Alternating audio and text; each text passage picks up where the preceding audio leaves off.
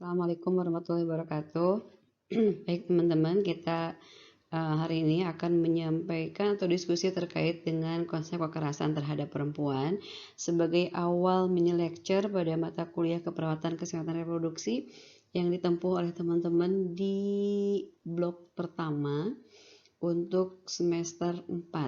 Oke.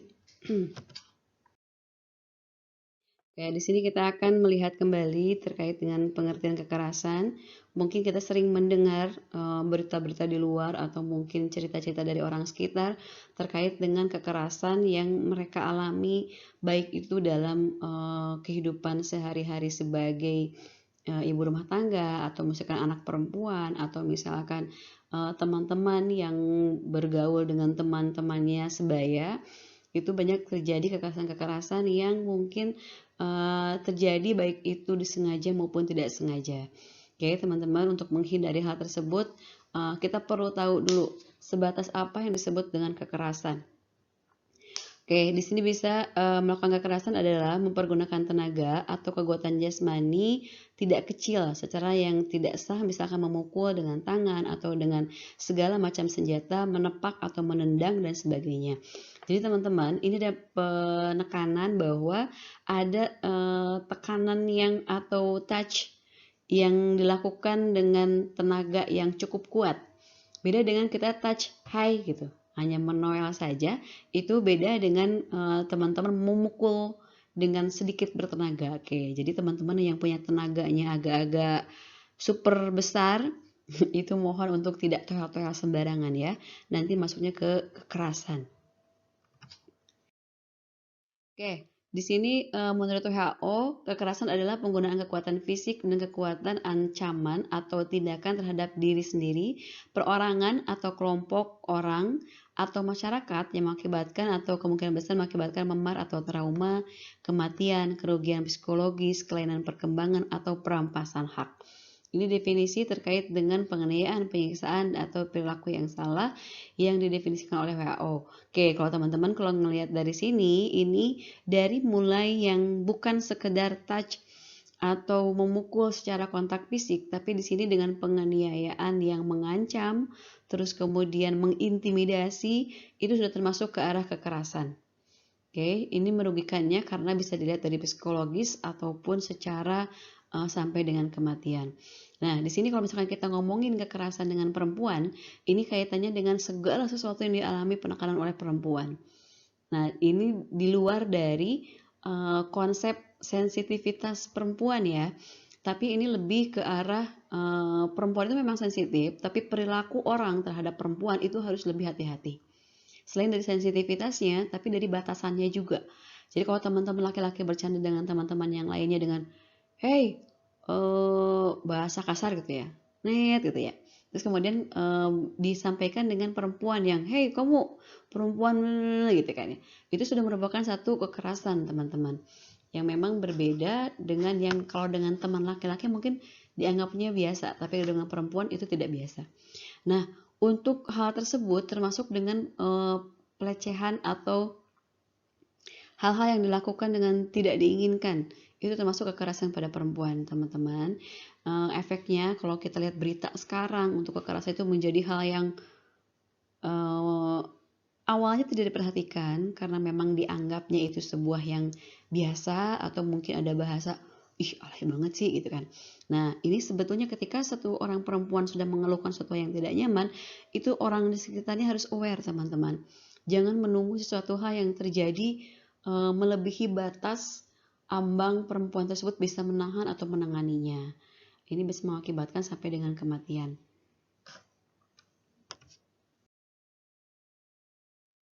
Oke, kita lihat dulu jenis-jenis atau bentuk-bentuk kekerasan pada perempuan. Pertama, kekerasan fisik, psikis berarti mulai dari mencemooh, mencerca, menghina, memaki, mengancam, melarang berhubungan dengan keluarga atau kawan dekat atau masyarakat, intimidasi, isolasi, melarang istri bekerja. Ini salah satu bentuk dari kekerasan perempuan. Jadi kalau teman-teman bilang, ih kamu gendut gitu kan ya, itu sudah mencemooh atau misalkan, ih kok kamu kusam sih. Nah itu sudah menghina, mencerca atau dan segala macamnya itu sudah masuk dalam kekerasan psikis. Jadi teman-teman, eh, menyenangkan orang itu kan ibadah ya. Jadi kalau misalkan ada sesuatu hal yang tidak serk, gak usah disampaikan ke orangnya. Kalaupun mau menegur, itu konteksnya tidak dalam menghina. Misalkan, boleh nggak aku berpendapat? Nah, kamu kayaknya bagusan pakai ini deh. Kamu kayaknya cantik deh kalau begini. Nah, itu lebih bagus dibandingkan dengan kamu nggak pantas tahu pakai begitu. Ih, kamu menor banget. Ih, kamu kok seksi banget bajunya. Ih, kamu kok. Nah, itu kan itu namanya lebih ke arah kekerasan psikis. Itu mungkin sering terjadi ya teman-teman pada pergaulan teman-teman sesama perempuan atau mungkin laki-laki yang memperlakukan perempuan atau pacarnya misalkan. Kamu gak pantas tahu pakai baju begitu. Nah, itu sudah masuk kekerasan psikis. Kalau sudah berumah tangga, kalau dilarang untuk berhubungan dengan keluarga, kawan dekat, itu sudah termasuk kekerasan psikis. Dia menjegal, nggak boleh bekerja dengan tanpa alasan. Kalau istrinya tidak boleh bekerja, tapi semuanya dijamin oleh suaminya dan dia boleh melakukan kegiatan sosial lainnya, misalkan membuat sosialisasi dengan ibu arisan kah, atau pengajian kah, atau mengantar anak kah, nah itu masih belum kekerasan psikis. Tapi kalau misalkan istrinya nggak bekerja, tapi secara ekonomi juga tidak mampu, dan tidak bekerja nggak boleh kemana-mana gitu. Nah itu termasuknya mengisolasi teman-teman, itu kekerasan psikis juga. Oke, jadi jangan terlalu posesif ya, karena posesif itu ternyata bisa membuat kategori dalam kekerasan psikis. Oke, selanjutnya untuk kekerasan fisik, misalkan memukul, membakar apalagi, menendang, melempar sesuatu, menarik selimut, mencekik, dan lain-lain, itu termasuk kekerasan fisik. Oke, dilihat dari yang paling sederhana, teman. Menarik rambut, bukan narik selimut. Narik rambut, itu menjambak, guys. Jadi, tidak dalam kondisi yang disengaja biasanya, karena memang terpacu oleh emosi, tapi tetap termasuknya adalah kekerasan fisik. Ya, memukul, menendang, pokoknya jangan deh. Itu termasuk hal yang bersentuhan atau touch atau kontak fisik yang menyakitkan, itu termasuk kekerasan fisik. Apapun bentuknya, mau mencubit kek, mau nendang kek, mau ngeplak apa tuh namanya, yang sekedar plak gitu. Nah itu juga nggak boleh teman-teman, termasuk kekerasan fisik. Oke, berikutnya kekerasan ekonomi. Nah, ini juga kekerasan itu bukan cuma psikis ternyata ya. Ada kekerasan ekonomi di mana tidak memberikan nafkah, ini bagi yang sudah berumah tangga. Kemudian memaksa pasangan untuk prostitusi, menjual istrinya misalkan atau menjual anak perempuannya. Nah, ini juga termasuk salah satu kekerasan ekonomi. Memaksa anak untuk mengemis, meminta-minta, baik dalam konteks yang benar-benar mengemis atau dalam konteks modus. Misalkan kamu minta itu tuh, sama uak kamu minta deh, sama nenek kamu minta deh. Nah itu kan konteksnya mengemis ya. Beda dengan anak itu yang memang menginginkan sesuatu dan meminta, itu beda dengan kita yang menyuruh anak itu meminta sesuatu. Kemudian mengetatkan istri dalam keuangan rumah tangga. Nah, pelit guys. Nah, itu termasuk kekerasan ekonomi ya. Misalkan kamu boleh menggunakan uang rumah tangga kita 50.000 sehari. Tapi harus ada daging ayam, kemudian ada sambal lalap, nasi, terus kemudian ada buah apel atau anggur setiap hari, dan minumnya harus minum susu juga. Dan itu harus cukup untuk 3 kali sehari dengan anak 2. Nah, itu kan mengetatkan istri dalam keuangan rumah tangga sama dengan kekerasan ekonomi, karena nggak masuk akal. Ya, nggak masuk akal untuk dipergunakan. Dan bagusnya nih, para laki-laki memperlakukan istrinya ketika jadi suami nanti, berikan kelonggaran untuk mengelola keuangan. Jadi kalau itu sudah menjadi bagian dari uang rumah tangga, itu nggak perlu ditanya uang ini kemana, uang itu kemana gitu. Selagi masih cukup untuk pengelolaan uang itu 1 bulan, ya udah biarkan aja. Kalaupun mungkin ada ada kondisi yang uang itu berlebih gitu. Berlebih untuk beli baju kah, atau untuk beli make up kah, skincare kah, atau misalkan sekedar menabung, atau hanya untuk beli seblak gitu yang nggak termasuk ke anggaran rumah tangga, ya it's okay gitu. Jangan sampai semuanya harus cukup dengan uang sekian dan semua diawasin. Itu pun juga membuat kekerasan ekonomi.